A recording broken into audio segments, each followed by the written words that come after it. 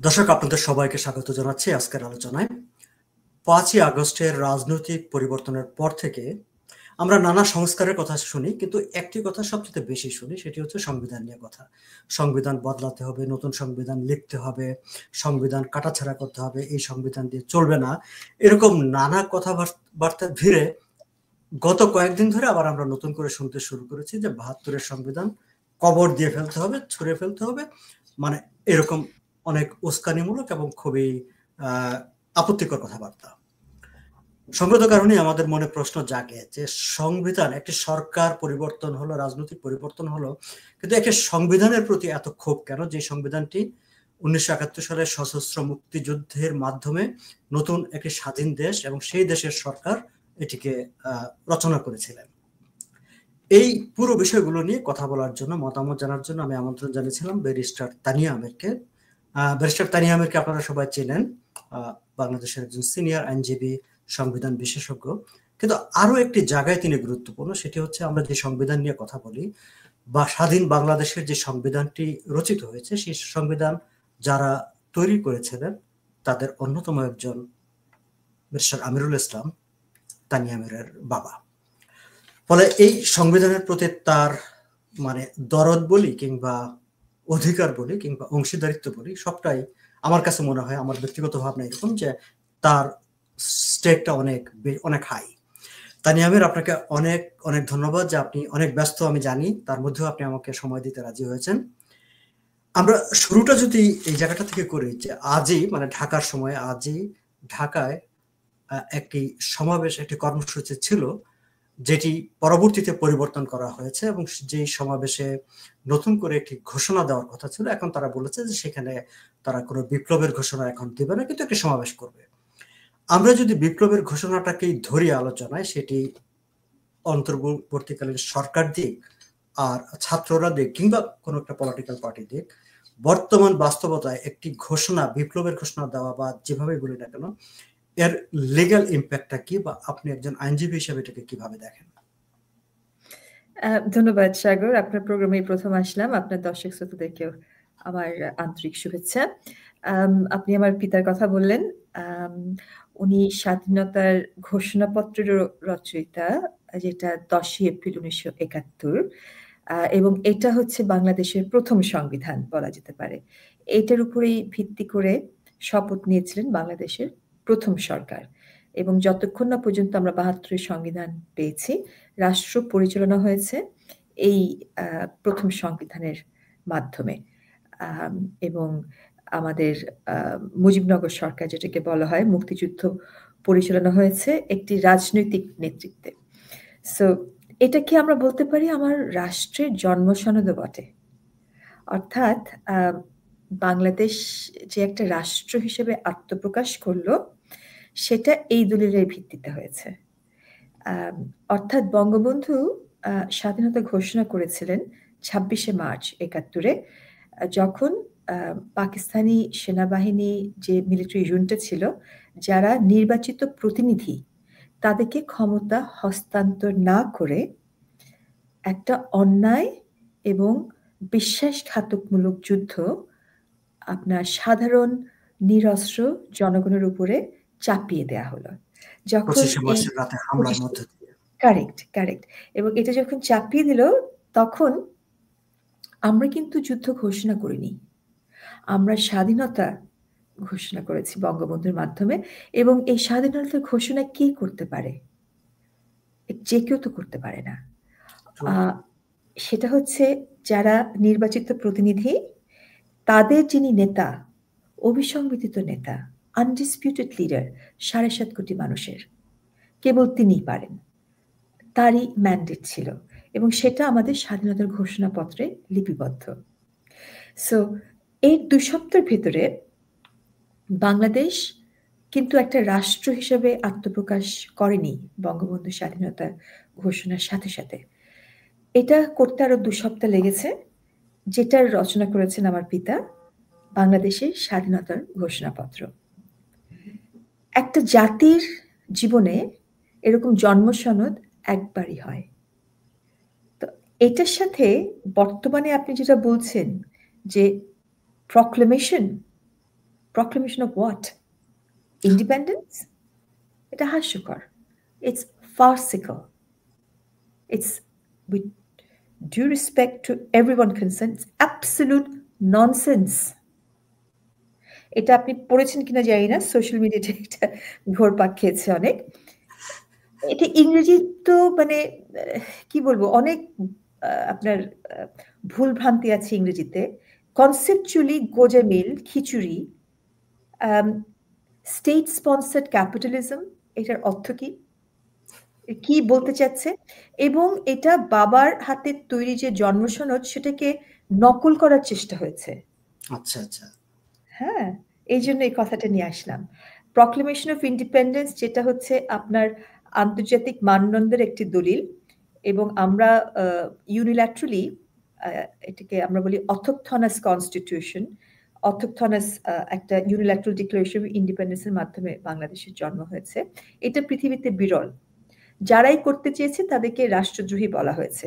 এবং রিসেন্টলি যখন কসোভো এরকম একটা কাজ করে, তখন ইউনাইটেড নেশনস জেনারেল অ্যাসেম্বলি এটাকে আন্তর্জাতিক আদালতে পাঠায়, এবং আন্তর্জাতিক আদালত আমাদের স্বাধীনতার ঘোষণাপত্র, যেটা ব্যারিস্টার আমির ইসলাম হাতে তৈরি, সেটাকে মডেল ল হিসাবে ধরা হয়েছে, এবং ওটার বাটখারায় মাপা হলো কসোভোর যে স্বাধীনতার ঘোষণাপত্র, সেটা আপনার কসোভোর ভবিষ্যৎ আপনার ঝুলেছিল তাদের স্বাধীনতার ঘোষণাটা আমাদেরটার সাথে কতটুক মিল আছে কি নাই।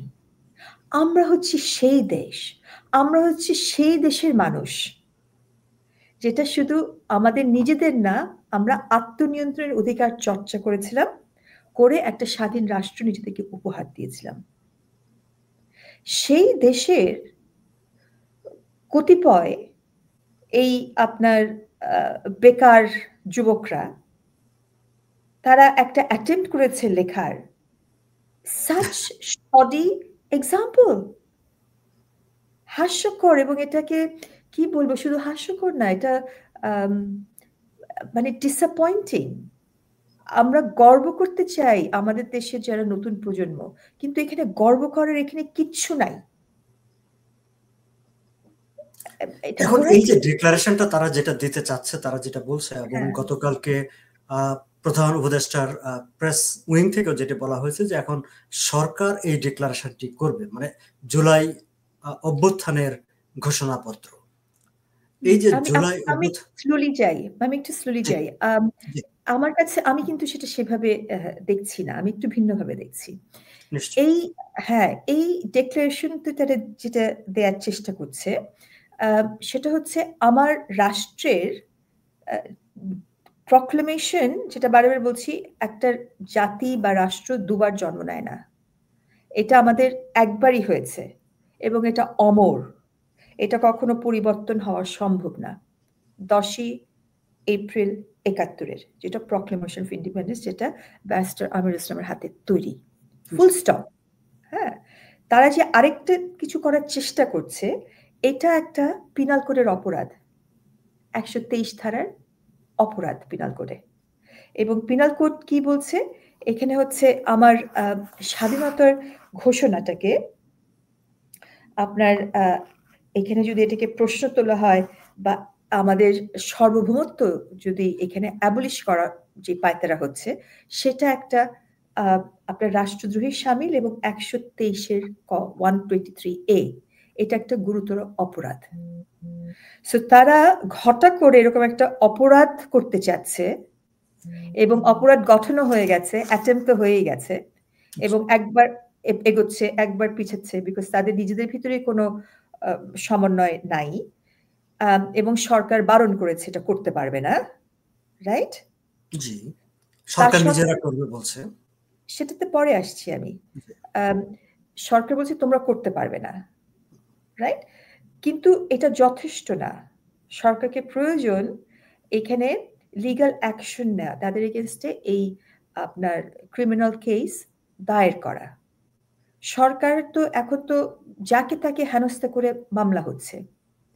চিন্ময় দাসের বিরুদ্ধে রাষ্ট্রদ্রোহীর মামলা হয়েছে 124A, যেটা কোনো উপাদানই এখানে নাই, কিন্তু ক্লিয়ারলি আমার স্বাধীনতাকে কে আপনার প্রশ্নবিদ্ধ করা, স্বাধীনতার ঘোষণাকে প্রশ্নবিদ্ধ করা, সেটাকে একটা রাষ্ট্রদ্রোহীর আন্ডার 123 এর একটা অপরাধ।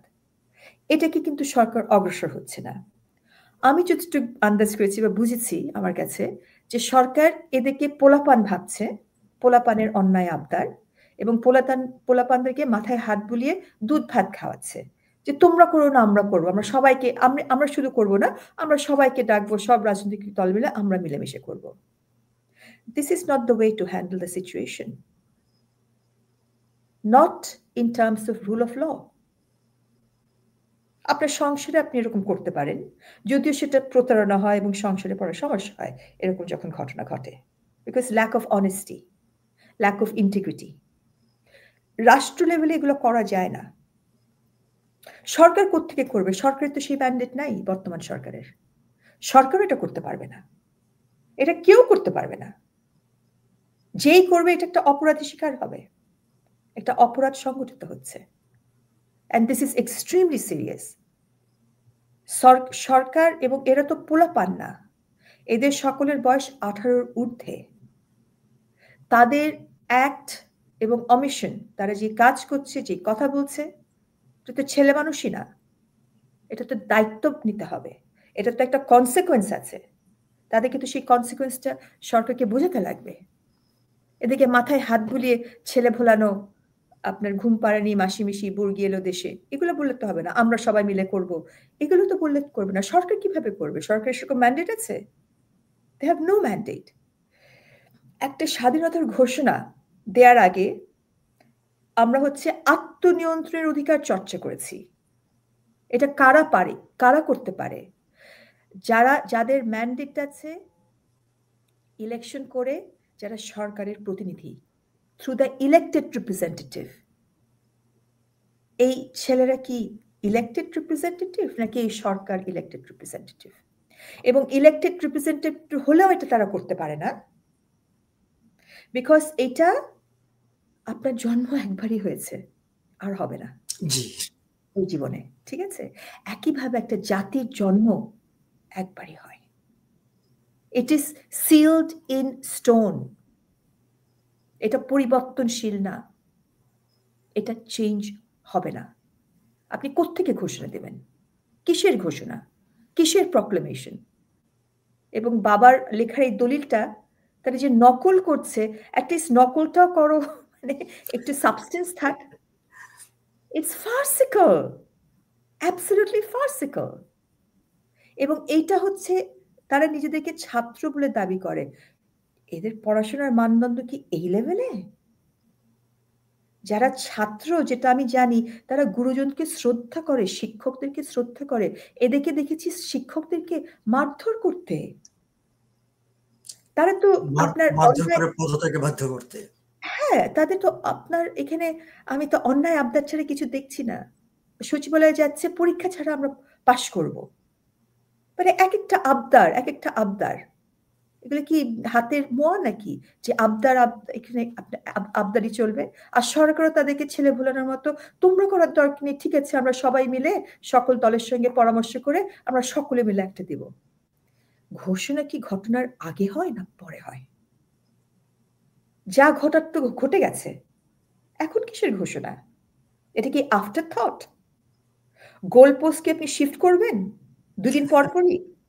হ্যাঁ, সো এটা তো মনে হচ্ছে গোল পোস্ট শিফট করা হচ্ছে। এবং এখানে সংবিধান বা স্বাধীনতার ঘোষণাপত্র এটা কোথায় পেল? বৈষম্য আন্দোলন তো আমরা অনেকেই করেছি। মুক্তিযুদ্ধ থেকে কখনোই আমরা অনগ্রসর গোষ্ঠী হিসেবে দেখিনি। ৭২-এর সংবিধান বৈষম্য বিরোধী একটা সংবিধান। ৭২-এর সংবিধান ধর্ম, বর্ণ, লিঙ্গ নির্বিশেষে সকল নাগরিকের সমান অধিকার। এবং যারা নাগরিক না, টেম্পোরারিলি যারা বাংলাদেশে থাকবে বা আসবে বা বেড়াতে আসবে, ৩১-এর অনুচ্ছেদ বলছে তাদেরকেও আমাকে আইনগতভাবে তাদেরকে আমার right to protection of law, তাদের লাইফ, লিবার্টি এবং রাইট টু রেপুটেশন আমি আইন ব্যতীত কেড়ে নিতে পারবো না।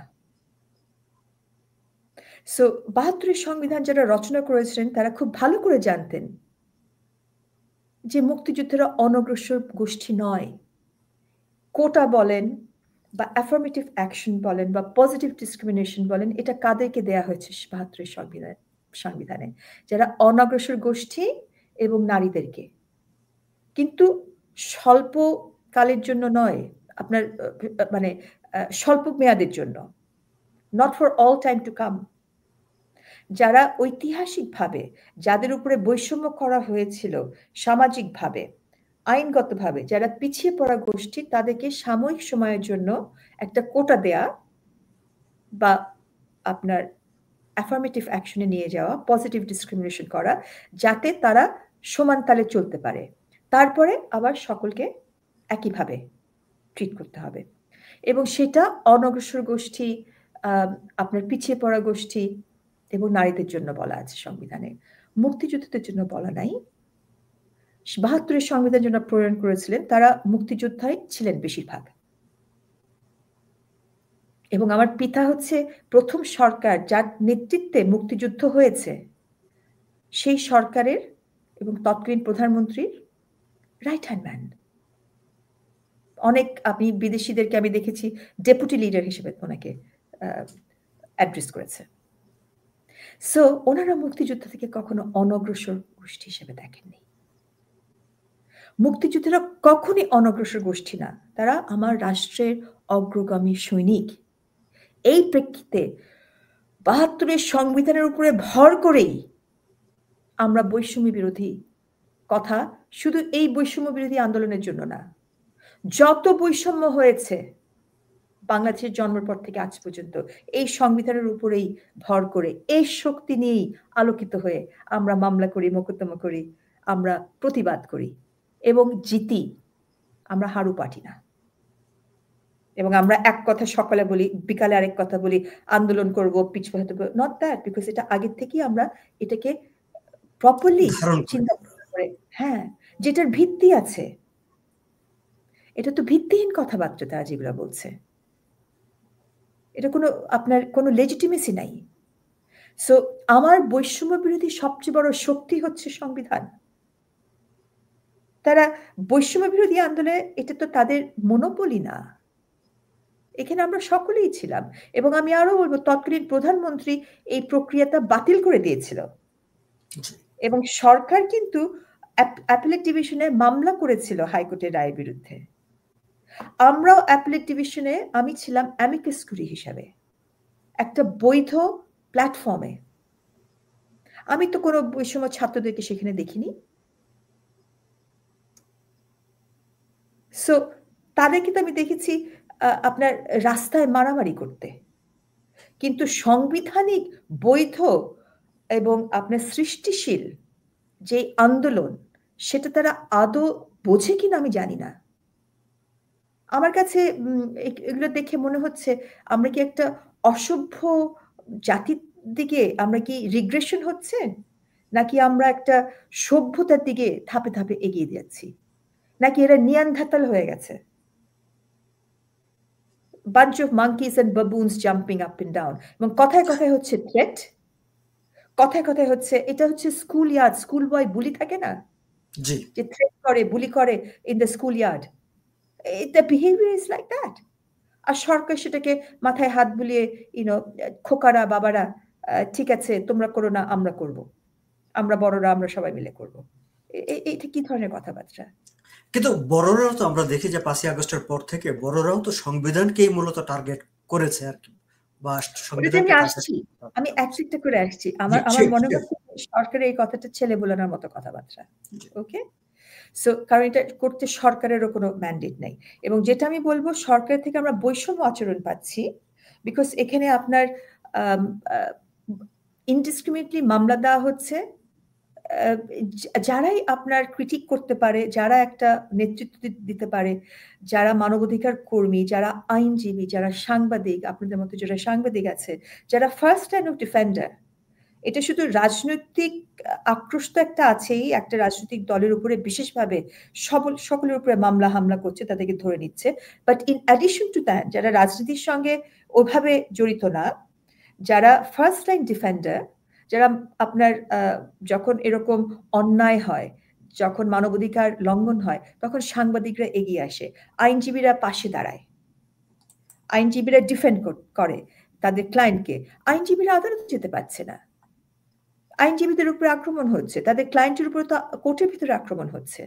চিটাগংয়ের যে ঘটনা, আমি ধিক্কার জানাই। আর এরকম পরিবেশ কেন থাকবে না? আদালতে কেন যেতে পারবে না আইনজীবীরা? সুপ্রিম কোর্টেও একই ঘটনা হচ্ছে, আইনজীবীদের ভিতরে মামলা দেওয়া হচ্ছে, তাদেরকে শাসানো হচ্ছে। So it's just threat and কোয়ারশন। এবং এই সো কল্ড এই থাগস, এই বুলি এবং এই সমস্ত স্টুপিড বেশি শক্তি, I am not impress by that at all. এটা আমাকে মোটেও ইমপ্রেস করে না, কাউকেই করে না। এগুলোকে আমরা সবাই ধিক্কার জানাই। এটাকে আমরা ছেলে মানুষই মনে করি। এটার কোনো বৈধ ভিত্তি নাই। যতক্ষণ কোনো কিছুর একটা বৈধতা না থাকে, এটার কোনো জোর থাকে না।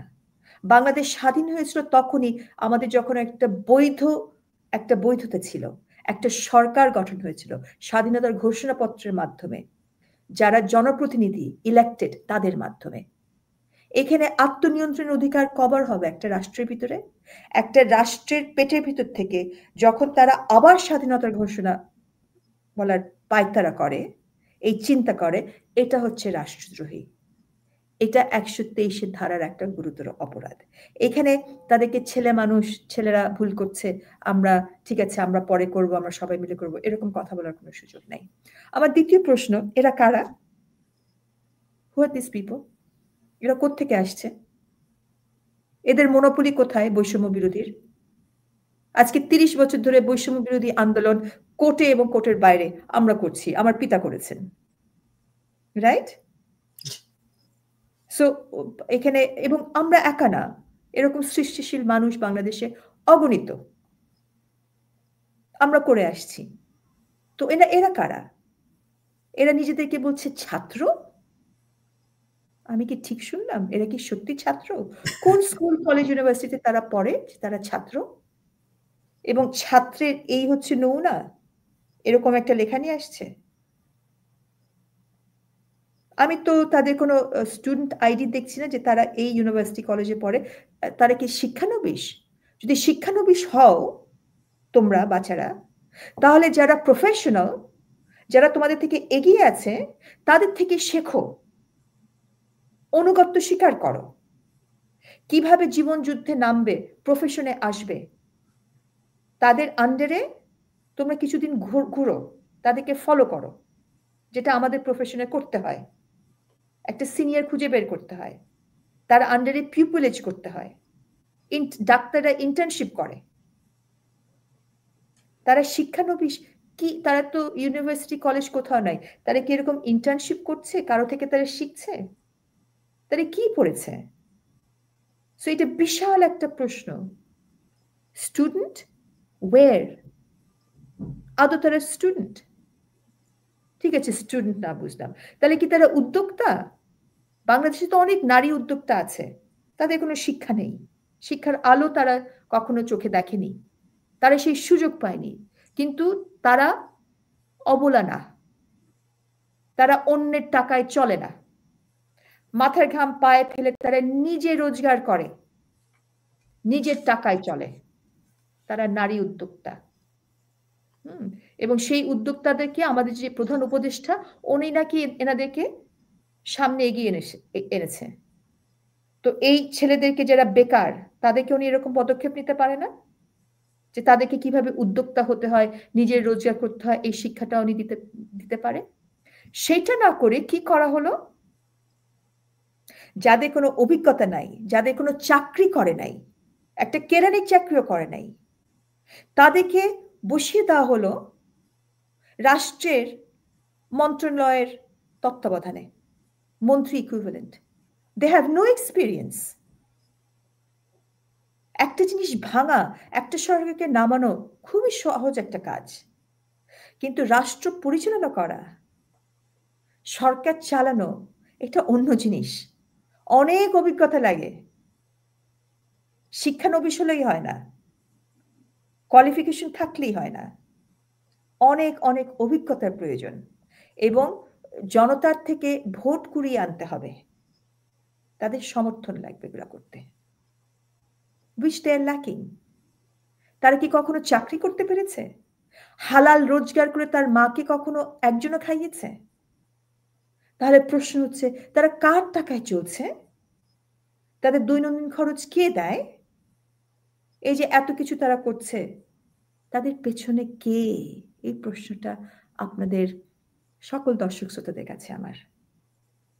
তাহলে তাদেরকে কারা চালাচ্ছে? তারা তো ইন্ডিপেন্ডেন্ট হতে পারে না। আজকে একটা গ্রামীণ নারীও, যে নারী উদ্যোক্তা, তার নিজের টাকায় সে চলছে, সে ইন্ডিপেন্ডেন্ট। বাট এই ছেলেরা, সকল পোলাপানরা, এটা নাম হয়ে গেছে সোশ্যাল মিডিয়াতে, সবাই এটাই বলছে, তারা তো ইন্ডিপেন্ডেন্ট না। সো তারা কারা?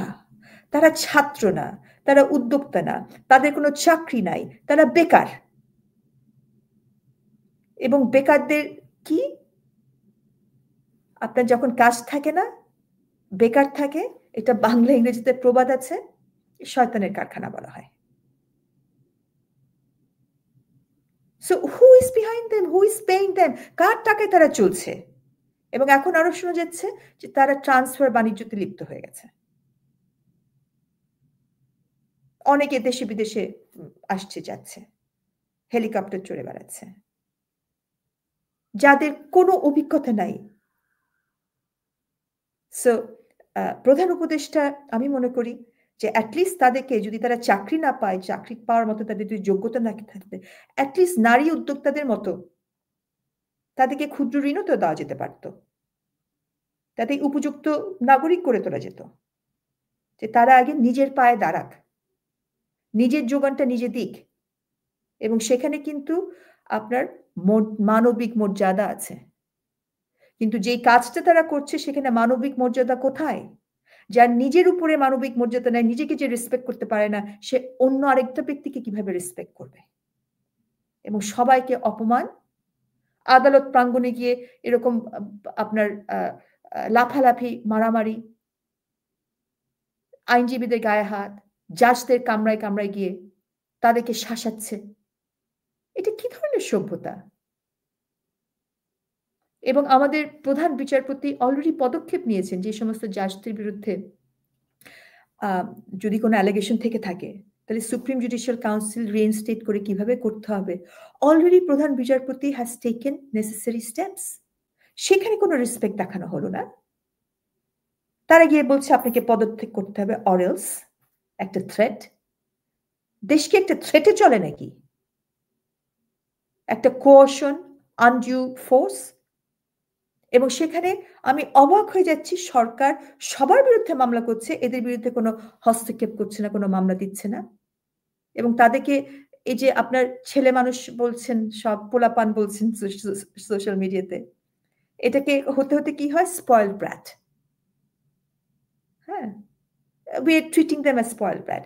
বাট এখানে বাট আছে, কিন্তু তারা ছেলে মানুষ না, তাদের বয়স 18-এর ঊর্ধ্বে। তাদেরকে তো দায়িত্ব নিতে হবে। সো এই ন্যারেটিভটা বাদ দেন, ছাত্র জনতা। কিসের ছাত্র? It's a false narrative. এটা একটা মিথ্যা ভ্রান্ত কথা। তারা ছাত্র। জনতা, কোন জনতা? কিসের জনতা? কার জনতা? জনতা তো আপনি, আমি, আমরা সবাই। আমরা তো এটাকে সাপোর্ট করছি না। জনতা কোথায়? আজকে বিএনপি যদি 38-39% ভোট থাকে, আওয়ামী লীগের যদি সিমিলার, অনেকে বলে 40% ভোট আওয়ামী লীগের, এই দুটা মিলালে কিন্তু আমাদের 80% ভোটার বাংলাদেশের। এরা তো এদেরকে সাপোর্ট করছে না। তো মেজরিটি অফ দ্য পিপল তো তাদের সাথে নেই। এই যে প্রক্লামেশন করতে যাচ্ছে বিএনপি এটার বিরুদ্ধে, আওয়ামী লীগ এটার বিরুদ্ধে, ছোট ছোট সবগুলো দলের এটার বিরুদ্ধে, জাতীয় পার্টি বলেন, লেফট পার্টি বলেন, কোন দল কিন্তু তাদের সাথে নাই। তাহলে নেক্সট প্রশ্ন, এরা তাহলে কারা? জামাত, শিবির আর হেফাজত আর হিজবুত তাহরীর, আইসিস গ্রুপ, যারা জঙ্গি। এবং তারা কেন আছে? কারণ এখানে নতুন ঘোষণা দিয়ে তারা যেটা করতে চাচ্ছে, অর্থাৎ এই দেশের রাষ্ট্রের মালিক কারা? আমরা জনগণ। আমার সংবিধান শুরু হচ্ছে আমরা দিয়ে। আমরা এই রাষ্ট্রের জনগণ, উই দ্য পিপল, এটা দিয়ে শুরু হয়েছে। সো তারা যেটা করতে ইচ্ছুক, যেটা আমার রিসার্চে বলে, তারা জনগণ যেহেতু মালিক পক্ষকে হটিয়ে দিয়ে তারা রাষ্ট্রটাকে বেদখল করতে চায় একটা খেলাফত করার জন্য, একটা থিওক্রেসি এস্টাবলিশ করার জন্য। অর্থাৎ আমার দেশের যে আইন প্রণয়ন হয়, এটা করে কে? এটা করে the house of the nation, parliament, সংসদ আইন প্রণয়ন করে। তারা বিশ্বাস করে না যে সংসদ আইন প্রণয়ন করার এখতিয়ার আছে, কারণ এই আইনগুলো হচ্ছে সব ঐশ্বরিক এবং তারাই জানে সেই আইনগুলো কি। এবং তারা মনোনীত একজনকে বসাবে, তাদের মনোনীত, যে এই ঐশ্বরিক আইন কায়েম করবে। কিন্তু জনগণ যে সকল ক্ষমতার মালিক, জনগণের প্রতিনিধি আইন কায়েম করবে, এটা তারা বিশ্বাস করে না। সকল ক্ষমতার মালিক জনগণ, এটাও তারা বিশ্বাস করে না। একটা হচ্ছে আমাদের বাহ্যিক জীবন, আরেকটা হচ্ছে আমাদের স্পিরিচুয়াল বা আধ্যাত্মিক জীবন। আধ্যাত্মিক জীবনে আমরা অনেকেই হয়তো বিশ্বাস করি, আপনি আল্লাহ বলেন, খোদা বলেন, মহান করুণাময় বলেন, ঈশ্বর বলেন, যিশু বলেন, ভগবান বলেন, কিচ্ছু যায় আসে না। সব ধর্ম মানুষই কিন্তু হয়তো আধ্যাত্মিক জগতে, একটা স্পিরিচুয়াল জগতে সকল ক্ষমতার মালিক সেটা হয়তো বিশ্বাস করে। কিন্তু বাহ্যিক জগতে, রাষ্ট্র পরিচালনার বিষয়ে বাংলাদেশের সকল মানুষ বিশ্বাস করে যে আমাদেরকে যারা সেবা দেবে তারা জনগণের কাছে জবাবদিহি করতে হবে। এই যে আইসিস গ্রুপ, হিজবুত তাহরির বলেন, জামাত বলেন, তাদের যে গঠনতন্ত্র এবং হিজবুত তাহরির একটা সংবিধান ও সোকল সংবিধান আমি সোশ্যাল মিডিয়াতে দেখেছি বাংলাদেশের জন্য। এখানে তারা যেটা বলতে যায় যে না, জনগণের তো আমরা বেদখল করব রাষ্ট্রের মালিকানা জনগণের থাকবে না, সকল ক্ষমতার মালিক জনগণ না, আমাদের প্রতিনিধিরা শোষণ শাসন করবে ঐশ্বরিক ক্ষমতার বলে, এবং তারাই জানে সেই ঐশ্বরিক ক্ষমতা কি। তো প্রথম প্রশ্ন হচ্ছে যে এই ক্ষমতা আল্লাহ তাআলা তাদেরকে কবে, কোথায়, কখন দিয়েছে? আল্লাহ তাআলা কোনো পাওয়ার অফ অ্যাটর্নি তাদেরকে দিয়েছে? স্বয়ং নবীজি সাল্লাল্লাহু আলাইহি সাল্লাম, মে পিস বি আপন হিম, ওনাকেও আল্লাহ তাআলা এরকম কোনো ক্ষমতা দেয়নি। উনি ছিলেন মেসেঞ্জার অফ আল্লাহ এবং উইটনেস। তো এই ক্ষমতা তারা কোথায় পেল? এবং তারা যেটা কনফিউশন, নিজেদেরকে নিজেরা কনফিউজ করেছে এবং সাধারণ মানুষকেও কনফিউজ করতে চায়, যে মিসগাইড করছে নিজেদেরকে তারা নিজেরা, যে তাদের এই ক্ষমতার বলে তারা সকল জনগণের সকল ক্ষমতা তারা নিয়ে নেবে। এবং ৭২-এর সংবিধান এবং স্বাধীনতার ঘোষণাপত্র, এই জায়গাটাই হচ্ছে তাদের সমস্যা। স্বাধীনতার ঘোষণাপত্রে কি বলা হলো? The will of the people is supreme. অর্থাৎ যারা জনপ্রতিনিধিগণ, যারা নির্বাচিত জনপ্রতিনিধিগণ, তাদের কাছে যখন ক্ষমতা পাকিস্তান আর্মি যখন হস্তান্তর করলো না, একটা অন্যায় যুদ্ধ, বিশ্বাসঘাতকমূলক যুদ্ধ সাধারণ মানুষের উপর চাপিয়ে দিল, এই ৭০-এর নির্বাচনই হয়েছিল একটি সংবিধান প্রণয়ন করার জন্য, কারণ পাকিস্তানের কোনো সংবিধান ছিল না, একটা পার্শিয়াল সংবিধান ছিল, এবং সেটা নিয়েও যুদ্ধ লেগেছিল। এই জামাতিরা তখন থেকেই একটা ইসলামিক রাষ্ট্র কায়েম করতে চেয়েছিল, যেটা আর্মিও চায়নি এবং যারা জনপ্রতিনিধি এবং পূর্ব বাংলার মানুষ সেটা চায়নি। তো ৭০-এর নির্বাচন হয়েছিল কি জন্যে? একটি সংবিধান প্রণয়ন করার জন্য। এটা অনেকে ভুলে যান, এটা স্মরণ করার দরকার। এটা ছিল প্রেক্ষিত। এবং যখন অন্যায় বিশ্বাসঘাতকমূলক যুদ্ধ পূর্ব বাংলার মানুষের উপরে চাপিয়ে দেওয়া হলো, তখন অবিসংবিদিত নেতা বঙ্গবন্ধু শেখ মুজিবুর রহমান স্বাধীনতার ঘোষণা করেন ২৬শে মার্চ। কিন্তু রাষ্ট্র তখনও রাষ্ট্র হিসেবে আত্মপ্রকাশ করেনি। এটা হয়েছে ১০ই এপ্রিল, এই যে স্বাধীনতার ঘোষণাপত্রের মাধ্যমে। এইটা হচ্ছে স্বাধীনতার ঘোষণাপত্র, প্রক্লেমেশন অফ ইন্ডিপেন্ডেন্স। এটা তো বারংবার হয় না। এবং সেখানে যারা জনপ্রতিনিধিগণ ছিলেন নির্বাচিত, তারা একে অপরের সঙ্গে আলোচনা করে নিজেদেরকে রূপান্তরিত করলেন একটা গণপরিষদে, এবং বঙ্গবন্ধুর স্বাধীনতা 26শে মার্চ যেটা দিয়েছিলেন সেটা তারা অনুমোদন করলো। কারা অনুমোদন করলো? যারা জনপ্রতিনিধি, একটা নির্বাচিত জনপ্রতিনিধি, তারা একটা আপনার গণপরিষদে নিজেদেরকে রূপান্তরিত করলো, করে এটা অনুমোদন করলো এবং তারা বলল will of the people is supreme. আমরা ম্যান্ডেটেড একটা সংবিধান প্রণয়ন করার জন্য, এবং যেহেতু will of the people is supreme, সেটার প্রেক্ষিতে আমরা ন্যায় নানুক এবং একটা অর্ডারলি সরকার গঠন করলাম।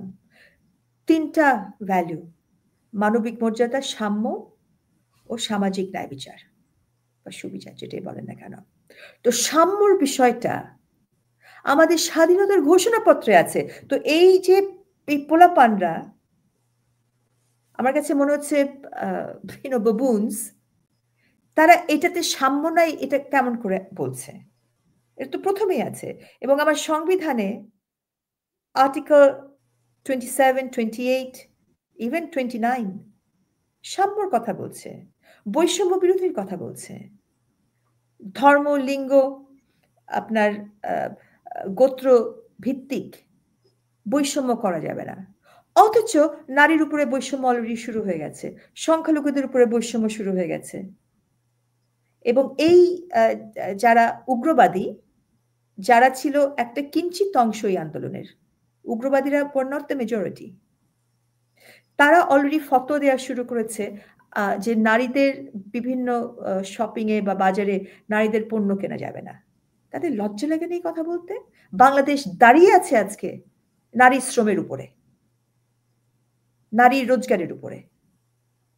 আর এই সো-কল ছাত্ররা, যারা ছাত্ররা, যাদের কোনো ইনকাম নাই, নারীদের থেকেও তো তারা শিখতে পারে যে যদি চাকরি না পাওয়া বাবারা কিভাবে উদ্যোক্তা হয়ে সাফল্যের হাসি তোমার নিজের মুখে ফোটাতে পারো। কিন্তু সেটা না করে তারা এখানে অন্যায়ভাবে অন্যায় আবদার করছে, এখানে মারামারি করছে, মানুষ খুনের সাথেও তারা জড়িত বলে অনেকে দাবি করছেন। শিক্ষকদের উপরে গায়ে হাত তুলছে, আইনজীবীদের উপরে গায়ে হাত তুলছে, সাংবাদিকদের উপরে গায়ে হাত তুলছে, এবং সব জায়গায় থ্রেট, জুতোর মালা পরাচ্ছে। What is this nonsense? So আমাদের ন্যারেটিভটা খুব চেঞ্জ করা খুব প্রয়োজন। এদেরকে আমার যেটা বললাম যে ছাত্র জনতা বলছে, প্লিজ বিশ্লেষণ করবেন। এখানে কোনো ছাত্র আমি দেখছি না, জনতা হচ্ছে আমরা, আমরা তাদের সাথে নাই। যারা সত্যিকার ছাত্র ছাত্রীরা ছিল তারাও ডিসিলিউশন, তারাও এটা বুঝে গেছে, তারাও এদের সাথে নাই, তারা সবাই স্কুল কলেজে চলে গেছে। আরেকটা প্রতারণা হয়েছে, এই সমন্বয় যারা আছে, আপনি আমাকে বলেন তো এর ভিতরে কয়জন শিবিরের, মোট কয়জন? আমাকে তো অনেকে বলছে যে আপনার তাদের মেজরিটি 100-র উপরে। হ্যাঁ, তারা হচ্ছে সব শিবির। তো তারা অন্যায়ভাবে প্রতারণা কেন করলো জনগণের সঙ্গে? যারা সমন্বয়কারী, তারা কেন আসল পরিচয় দিচ্ছে না যে তারা শিবিরের? এবং তারা কি চায়? তারা সকল ক্ষমতার মালিক জনগণ, এটা তারা চায় না। So this is the background. এরা বেকার, শিবিরের টাকা কোত্থেকে আসে? তারা কি ইন্ডিপেন্ডেন্ট? এটা কি তাদের নিজের কথা? জামাত, শিবির, আপনার এই হিজবুত, এটা তো একটা মাল্টিন্যাশনাল অর্গানাইজেশন। জামাতের জন্ম হয়েছে ভারতে, একটা ভারত বিদ্বেষী কথা বলে, এদের তো জন্মই ভারতে, এদের তো সুতা ওখান থেকে। তো মার বিরোধিতা তারা করে কেন এত? মা বিদ্বেষী কেন, নারী বিদ্বেষী কেন? তাদের জন্ম হয়েছে ভারতে, এটা তো তারা অস্বীকার করবে না। তাদের হেডকোয়ার্টার পাকিস্তানে, তাদের আপনার 23টা থিঙ্ক ট্যাঙ্ক, তাদের গ্লোবাল ফাইন্যান্সিং, হিজবুত তাহরির তাই এটা মিডল ইস্টে, ইজিপ্ট, সিরিয়া, এখানে তাদের শিকড়। আইসিস কোথা থেকে এসেছে? এটা তো আমাদের কৃষ্টি, সংস্কৃতি, কালচারের সঙ্গে কোনো মিল নাই। এরা আমার দেশে কি করছে? তারা why are they here? আমার রাষ্ট্র যখন তারা রাষ্ট্রের ভিত্তিকে তারা যখন প্রশ্ন করছে, তারা এদেশে কি করছে? অথচ দুটি দল যার জন্ম হয়েছে আমার দেশের মাটির থেকে, আওয়ামী লীগ এবং বিএনপি, এদিকে উৎখাত করতে যাচ্ছে তারা। এটা is very much a concern. এবং শুধু কনসার্ন না, আমার আরো কনসার্ন হচ্ছে সরকার, পুলিশ এবং আর্মির উপরে। আর্মি কিন্তু শপথ নিয়েছে আমার সংবিধানের উপরে হাত রেখে এটাকে আপনার to protect, defend and uphold the constitution. এই সরকারও তাই, রাইট?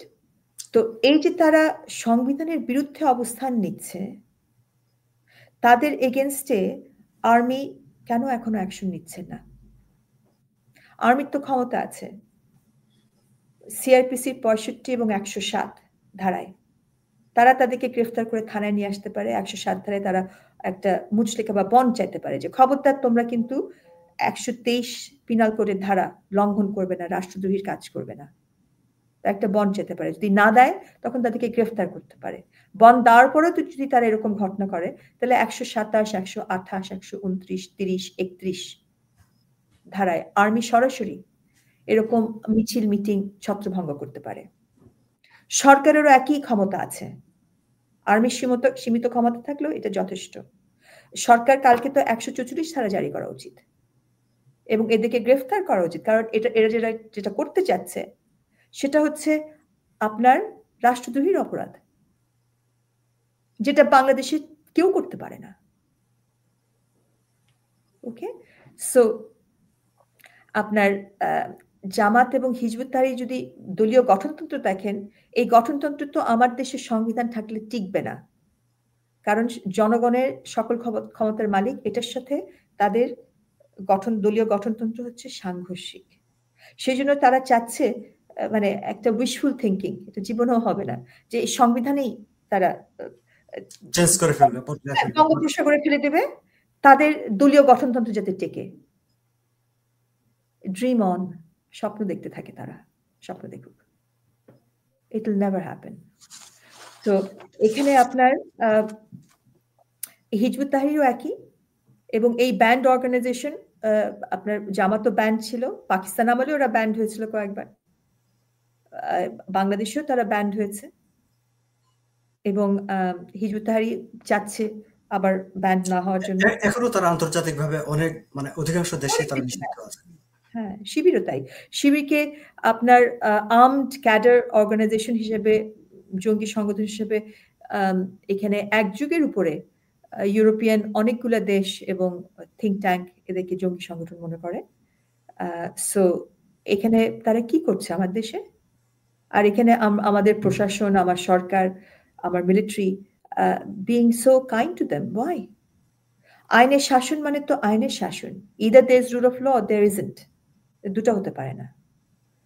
এখানে চিন্ময় দাসের বিরুদ্ধে রাষ্ট্রদ্রোহী মামলা হলো, যেটা কোনো উপাদানই নাই, 124A, অথচ হিজবুত তাহরির আইসিস ফ্ল্যাগ নিয়ে ঘুরছে। তারা প্রকাশ্যে সমাবেশ করছে, অনলাইন মিটিং করছে, সেমিনার করছে সংবিধান ফেলে দেওয়ার জন্য। No action is against them. এবং কালকে প্রকাশ্যে এদিকে কি বলবো জানি না, বেকার যুবক বলবো? এটা তো ছাত্র না। কিছু বেকার যুবক এখানে শহীদ মিনারে গিয়ে সমাবেশ করছে আমার স্বাধীনতার ঘোষণাপত্র চ্যালেঞ্জ করে, সংবিধান চ্যালেঞ্জ করে। হু আর দে? তারা কোত্থেকে, আমি তাদের ম্যান্ডেট কোথায়? এবং এই কতিপয় বেকার যুবকদেরকে মাথায় তুলে দেওয়া হয়েছে, আশ্রয় প্রশ্রয় দেওয়া হচ্ছে, লাই দেওয়া হচ্ছে। This is not on. রাষ্ট্র তো এভাবে চলতে পারে না।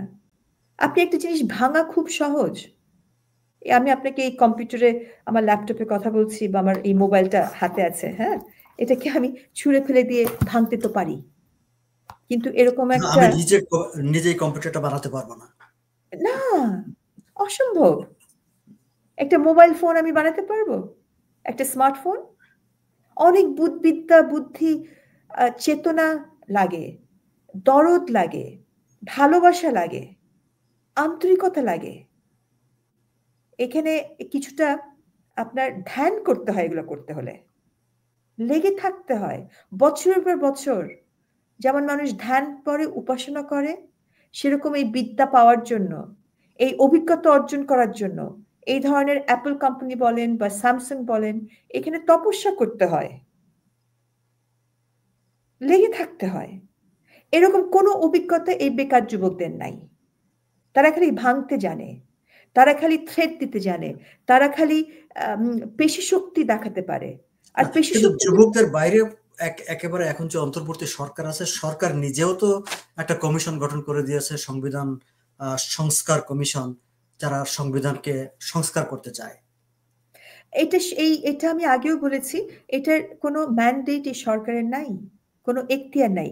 একটা subordinate office order, government office order, একটা সাবঅর্ডিনেট অফিস অর্ডার দিয়ে আপনি রাষ্ট্রের সর্বোচ্চ আইন কিভাবে সংস্কার করেন?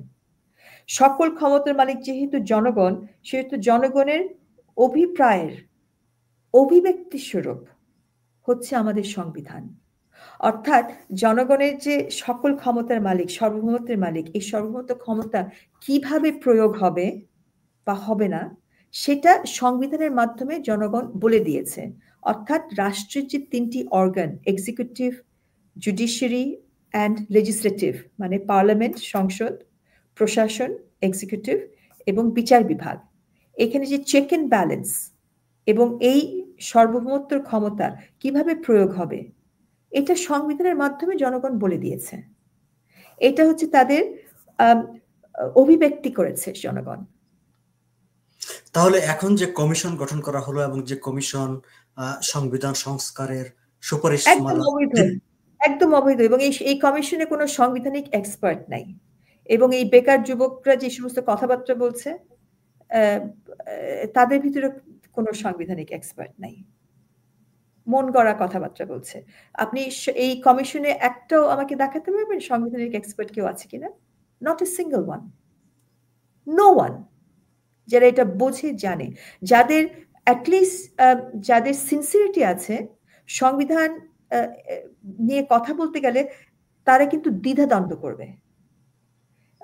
একটা প্রভাব আছে ইংরেজিতে যে fools rush in where angels fear to tread, যেখানে ফেরেশতারা যেতে ভয় পায়, সেখানে আহাম্মকরা দৌড়ঝাঁপ করে যায়। এখানে রাজনৈতিক প্রজ্ঞা কোথায়? মানে প্রজ্ঞার অভাব। সো আপনার এইখানে আপনার যেটা বললাম, একটা subordinate office order, executive order, এই এক্সিকিউটিভ বা প্রশাসন তৈরি হয়েছে জনগণের আপনার অভিব্যক্তির রূপে, যে সংবিধান অভিপ্রায় যে অভিব্যক্ত হয়েছে, সেটার আলোকে প্রশাসন তৈরি হয়েছে। এটা সাবঅর্ডিনেট, এবং যেহেতু সকল ক্ষমতার মালিক জনগণ, জনগণের ইচ্ছাটা যখন অভিব্যক্ত হয়েছে সংবিধানের মাধ্যমে, সেজন্য সংবিধান হচ্ছে সর্বোচ্চ আইন। একটা সাবঅর্ডিনেট অফিস অর্ডার দিয়ে আপনি সর্বোচ্চ আইন কিভাবে ধরেন? এটা সম্ভব না। এবং সংবিধানই বলে দিয়েছে জনগণের আপনার অভিপ্রায়ের অভিব্যক্তি স্বরূপ এই সংবিধান কিভাবে অ্যামেন্ড হবে, কিভাবে পরিবর্তন হবে, সেটা কেবল করতে পারে সংসদ, সিম্পল মেজরিটি দিয়ে না, 2/3 সংসদ লাগবে এটাকে পরিবর্তন করতে হলে। এটা যে আমাদের সংবিধান যে রিজিড, পরিবর্তনশীল না, সেটাও মিথ্যা। ইট ইজ আ ফ্লেক্সিবল, সময়ের উপযোগী করার জন্য, বা যে ধারাগুলো আছে, এখানে অনেকগুলো ধারা, একজন সংবিধান যিনি চর্চা করেন আমার মতো, আমার পিতার মতো, বাংলাদেশে অনেকেই আছেন, সংবিধান বিশেষজ্ঞরা আছেন, যারা রাজনীতি করছেন, বিভিন্ন প্রফেশনাল বডি আছেন, আপনাদের মতো সাংবাদিকরা আছেন। আমরা তো সবাই আমাদের অভিমত দিতে পারি। এখানে বৈষম্য কেন হবে যে কেবল তারা, অন্য কেউ না? এটা তো একটা বৈষম্য আচরণ। এবং তাদের ভিতরে কোনো সাংবিধানিক এক্সপার্টই নাই, তাদের কোনো এক্সপার্ট ওপিনিয়ন নেওয়ার তো প্রশ্নই আসে না, because they are not expert on the subject matter, right? They have no clue about the subject matter. So তাহলে আপনার এই যে একটা সাবঅর্ডিনেট অফিস অর্ডার, এটা সাবঅর্ডিনেট টু দ্য কনস্টিটিউশন, এবং সংবিধানের সঙ্গে সাংঘর্ষিক যা কিছুই থাকে সেটা অটোমেটিক্যালি বাতিল, ভয়েড, এনিথিং এটা যেটা সাংঘর্ষিক হবে সংবিধানের সঙ্গে। এবং যেটা বলছিলাম যে এটা অ্যামেন্ড করতে পারে পার্লামেন্ট। আমি দেখেছি বিএনপির যে এখন আপনার গঠনতন্ত্র নতুন করেছে, সেখানে কিন্তু কিছু কিছু সুপরিকল্পিত সুচিন্তিত পরামর্শ আছে তাদের ম্যানিফেস্টোতে যে সংবিধান কিভাবে কোন কোন জায়গায় অ্যামেন্ড করবে। বাইক্যামেরাল পার্লামেন্টের কথা আছে, অনেকে এটার সাথে আমরা একমত না, কিন্তু সেগুলো ছাড়াও আর্টিকেল 70 আছে, অন্যান্য যে বিষয়গুলো আছে সেগুলো কিন্তু গঠনমূলক। আওয়ামী লীগেরও লেটেস্ট ম্যানিফেস্টোতে যখন এটা হবে আমরা দেখব, সেখানে আমার মনে হয় নিশ্চয়ই থাকবে। সো বড় যে দলগুলো আছে তারা যখন পার্লামেন্টে যাবে, যদি সেই পার্লামেন্ট ইচ্ছা করে যে আমরা পরিবর্তন করব, যদি সেই ইচ্ছাটা করে, তখন সেই পার্লামেন্ট করতে পারবে। এবং ভবিষ্যৎ পার্লামেন্ট কি করবে না করবে কারো নাক গলাবার সেখানে এখতিয়ার বা অধিকার নাই। সেই পার্লামেন্ট হচ্ছে স্বাধীন ভবিষ্যৎ পার্লামেন্ট। এখন থেকে সেই পার্লামেন্টকে আমরা হাত বেঁধে রাখবো, কান বেঁধে রাখবো, পা বেঁধে রাখবো যে তোরা যাবি পার্লামেন্টে কিন্তু গিয়ে এটা করতে হবে? তাহলে তো এটা স্বাধীন সার্বভৌম পার্লামেন্ট হলো না, সার্বভৌম রাষ্ট্রের পার্লামেন্ট না। সো ফিউচার পার্লামেন্টকে, ভবিষ্যৎ পার্লামেন্ট কি করবে এটা এখন কেউ বলে দিতে পারবে না। সো সেটি এই যখন এটি পার্লামেন্ট হবে তারাই ডিসিশন নেয়, তাদেরকে আমরা সিদ্ধান্ত if at all they want to amend, and if so, what are the provisions and articles of the আপনার constitution they want to amend, এবং সেটাকে তখন তারা, তাদের কনস্টিটিউয়েন্সি আছে, বিভিন্ন এক্সপার্টরা আছে। পার্লামেন্ট আইন করার আগে আমাদের একটা নতুন কিন্তু দিগন্ত উন্মোচন হয়েছিল যে পার্লামেন্ট যখন এই ধরনের আইন করেন তখন কিন্তু বিভিন্ন এক্সপার্টের মতামত চায়। সো সেটা তখন তারা করবে, জনগণের সঙ্গে তারা সেটা শেয়ার করবে, তাদের ম্যানিফেস্টোতে থাকবে, সেটা ম্যান্ডেট পেতে হবে জনগণের থেকে। তারপরে পার্লামেন্টে গিয়ে যদি তাদের 2/3 থাকে তখন তারা এটা অ্যামেন্ড করতে পারবে। এদের ম্যান্ডেট কোথায়? এই বেকারদের তো নাই, এই সরকারেরও নাই কোনো ম্যান্ডেট। এই আনইলেক্টেড সরকার কোনো পলিসি ম্যাটারে যেতেই পারবে না। এবং আমরা দেখলাম যে আপনার প্রশাসন সংস্কার নিয়ে যে একটা কি কমিশন করেছে, ওইটা আসার সাথে সাথে কলম বন্ধ হয়ে গেল। সেখানেও একটা বৈষম্য এখানে আপনার আচরণ বলে দাবি করছে সেই কমিশন। এটা তো আনইলেক্টেড গভর্নমেন্টের কাজ না। এখন আমরা নতুন যারা ডাক্তার হতে যাচ্ছে তারাও একটা আপনার সমাবেশ করেছে গতকাল না পরশুদিন ঢাকার সময়, হ্যাঁ, সেখানেও বৈষম্য হচ্ছে, তারাও দাবি করছে। তো রাষ্ট্রের কোষাগার থেকে সবাই দাবি করতে থাকবে এবং এই সরকার সবাইকে পেমেন্ট করতে থাকবে। আর এই বেকার যুবকরা কোত্থেকে পেমেন্ট পাচ্ছে? এটা একটা বিরাট মিস্ট্রি। তারা এত কাজকর্ম করছে, সারা দেশের থেকে মানুষ জোগাড় করছে, হু is paying for all this? তাদেরকে তারা কারা পেমেন্ট করছে? তাদের চলাফেরা কে খাওয়ায়? তাদের তো হালাল রোজগার নাই। বাড়ির বিধবা মাকে তারা কি টেক কেয়ার করে? তারা কি বিবাহিত? সংসার থাকে বিবাহিত, তারা ছাত্র কিভাবে? তাদের সংসার কে চালাচ্ছে? তারা কি নিশ্চয়ই এইসব প্রশ্নগুলো উঠবে, আমরা প্রশ্নগুলো তুললাম, নিশ্চয়ই প্রশ্নগুলো উঠতে থাকবে। আমরা এই প্রশ্নগুলোর উত্তর আশাও করব, এবং আমরা যদি শেষ করে আনি আলোচনাটাকে, আমরা একেবারেই যদি আপনার কাছ থেকে একটা ছোট্ট করে জাস্ট কনক্লুডিং একটা রিমার্ক চাই সংবিধান, ৭২-এর সংবিধান এবং এই সরকার যা করতে চাচ্ছে তা নিয়ে, এবং এইটুকু দিয়ে আমি শেষ করবো আলোচনাটা। আমাদের কনক্লুশন তো আমি দেয়ার কেউ না, আমরা আমাদের মতো করে আমরা যদি মত দিতে চাই আর কি। হ্যাঁ, আমরা দেয়ার কেউ না এখানে। আপনার কনক্লুডিং অপিনিয়ন আর কি, আমাদের concluding opinion. It's a committee of errors মনে হচ্ছে একটার পর একটা। বিগত সরকার যদি স্বৈরাচার হয়ে থাকে এবং বৈষম্য করে থাকে, তাহলে এই সরকার, আপনার যারা দর্শক শ্রোতা তারা ভোট দিক যে এই সরকারের মাত্রা বৈষম্য এবং আপনার স্বৈরাচারের যেই ভূমিকা দেখছি এটা কতটা উঠে গেছে। এবং এই আপনার পোলাপান যাদেরকে বলা হচ্ছে বা যাদেরকে আপনার আমি বেকার যুবক বলছি, এরা কারা? এরা কি প্রতারণা করছে কিনা জনগণের সাথে? তাদের আসল পরিচয় তারা লুকিয়েছে কিনা? এবং এই যে আপনার অগণিত, কেউ কেউ বলছে ১ কোটি মানুষের উপরে হয়রানিমূলক মামলা দেওয়া হয়েছে, আমাদের উপরে মামলা দেওয়া হয়েছে, যাতে আমরা আপনার যারা আমাদের থেকে লেস ফরচুনেট তাদের পাশে আমরা দাঁড়াতে না পারি। সো এবং সরকারকে একটা রিট করে শোকজ করেছি আমি। সেটার উত্তরে সরকার আপনার ২টো প্রজ্ঞাপন জারি করেছে যে যাদের ভিতরে ভিত্তিহীন মামলা আছে এগুলো তুলে নেওয়া হবে। এখনো সেটা করা হয়নি। If not, why not? কেন এটা করা হচ্ছে না? মিথ্যা মামলা, তার মানে সরকার স্বীকার করছে যে মিথ্যা মামলা দেয়া হয়েছে, সেই জন্যই তো সেই প্রজ্ঞাপনটা করেছে যে আমরা তুলে নিব। সেটা কেন করা হচ্ছে না? সো এখানে সাংবাদিক, আইনজীবীদের উপরে আপনার কল্লার উপরে একটা গিলোটিন ঝুলিয়ে রেখেছে, যাতে আইনজীবীরা তাদের মানে স্বাধীন পেশায় নিজে থেকে নিবেদিত করতে না পারে। যারা আপনার এই ধরনের ভিকটিম হচ্ছে, এই ধরনের মিথ্যা মামলায়, তাদের পাশে যেতে না দাঁড়াতে পারে। মিথ্যা হোক সত্যি হোক, আইনজীবীর কাজই তো এটা, যে everyone is innocent until proven guilty, তার পাশে দাঁড়ানো। আইনজীবীদেরকে কোর্টে ঢুকতে দেওয়া হচ্ছে না। চিটাগংয়ে যে অবস্থা করা হয়েছে চিটাগং কোর্টে, আমি ধিক্কার জানাই।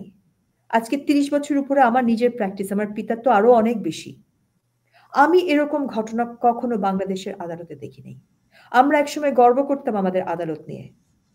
এখন আমাদের আদালত প্রাঙ্গণে যা হচ্ছে, ইটস নোজ ডাইভিং ডাউন উপমহাদেশে। ইভেন পাকিস্তানের আপনার সুপ্রিম কোর্টও হয়তো আমাদের থেকে এগিয়ে আছে। ইন্ডিয়ার তো লাইট ইয়ার্স অ্যাহেড, শ্রীলঙ্কাও তাই। সো আমাদের যেই ঘটনাগুলো হচ্ছে আদালত প্রাঙ্গণের ভেতরে, এবং এটা এখনই যে শুরু হয়েছে সেটা আমি বলবো না। বিগত সরকারের আমলেও আপনার রাজনৈতিক প্রভাব ছিল, ইলেকশন আপনার সেভাবে আমরা আইনজীবীদের ইলেকশন যেরকম হওয়ার কথা সেরকম মোটেও হয়নি, সেটারও আমরা প্রতিবাদ করেছি, ধিক্কার করেছি। But what is this? এটা কি are we jumping from the frying pan to the fire? So এটা তো আমাদের তো প্রত্যাশা আছে যে এগুলোকে আমরা ইমপ্রুভ করব, না করে আর উই নোজ ডাইভিং ডাউন? নিয়ানধাতাল হয়ে যাচ্ছি নাকি আমরা? কেভম্যান অবস্থায় চলে গেছি? এবং আপনার সোশ্যাল মিডিয়া, পত্রপত্রিকায় খুললেই প্রতিদিনই লাশ ভাসছে, লাশ দেখছি, এবং এই চিত্রগুলো তো সবসময় দেখা সম্ভব না। It's so gruesome. আমি সরে যাই, দেখতে পারি না এগুলা। ইটস হরেবল যে চিত্রগুলো দেখছি, যেভাবে দেখতে পারি না, এবং অনেক মানুষই আসলে এইসব দৃশ্য থেকে সরে যায়। এগুলো আপনার আইসিসি সিগনেচার, যেভাবে মারা হচ্ছে, মানুষ পুরানো হচ্ছে, মানুষকে কাটা হচ্ছে, কুপিয়ে মারা হচ্ছে, সাংবাদিকদের সংবাদপত্রের অফিসের সামনে গরু জবাই হচ্ছে। What is this nonsense? এবং তাদের এগেনস্টে সরকার কোনো অ্যাকশন নিচ্ছে না। এটা একটা লাই প্রশ্রয় দেয়া হচ্ছে। এটা তো অ্যাকসেপ্টেবল না। এবং আমরা সবসময় বলি যে রাষ্ট্র যে আছে, মানে ক্রিয়াশীল সরকার আছে, যে সরকার তার অ্যাক্টের মাধ্যমে সরকারকে বোঝাতে হবে যে আমি আছি। এবং আমরা আসলে এই গভর্নমেন্ট, আমরা 5ই আগস্টের পর থেকে বারবার বলেছি, বিভিন্ন সময় বলেছি যে সরকারকে অ্যাক্ট করতে হবে, এবং আমরা we want to feel that there is a government. এবং সেই ফিলিংসটা আমরা গভর্নমেন্টের কর্মকাণ্ডের মধ্য দিয়ে পাচ্ছি না, যে আসলে রাষ্ট্রে কোনো সরকার আছে বলে। একটা রেইন অফ টেরর, হ্যাঁ, রেইন অফ টেরর এন্ড কিওসের দিকে আমরা এগিয়ে যাচ্ছি। সো এখানে আপনার এবং আপনার দ্রব্যমূল্য যে ঊর্ধ্বগতি, ব্যবসা বাণিজ্য গুটিয়ে নিচ্ছে মানুষ। So this is not the way. এবং আপনার থ্রেট করে মানুষকে আপনার জেল জুলুম করে তো প্রশাসন হয় না। সরকার নামানো অনেক সোজা, কিন্তু সরকার চালানো অনেক কঠিন। অনেক অনেক ধন্যবাদ আপনাকে। আপনি চমৎকারভাবে পুরো পরিস্থিতি, আইনের দিক, সামাজিক দিক, রাজনীতির দিক, নানা বিষয় আপনি বিশ্লেষণ করলেন, তুলে ধরলেন। নিশ্চয়ই আমরা সামনের আলাদা করে আমাদের আরো অনেকগুলো বিষয় আছে, আইনের বিষয় আছে। আমরা সাইবার সিকিউরিটি অ্যাক্ট নিয়ে আপনার মতামত বিশ্লেষণ শুনবো আমাদের আলাদা একটা ভিডিওতে। দর্শক, নিশ্চয়ই আপনারা আমাদের সঙ্গে থাকবেন। ব্যারিস্টার তানিয়া আমির, অনেক অনেক ধন্যবাদ, কৃতজ্ঞতা আপনাকে। এবং দর্শক, আপনারা যারা দেখছেন, আপনাদের প্রতিও আমাদের সীমাহীন কৃতজ্ঞতা, ধন্যবাদ। ভালো থাকবেন সবাই।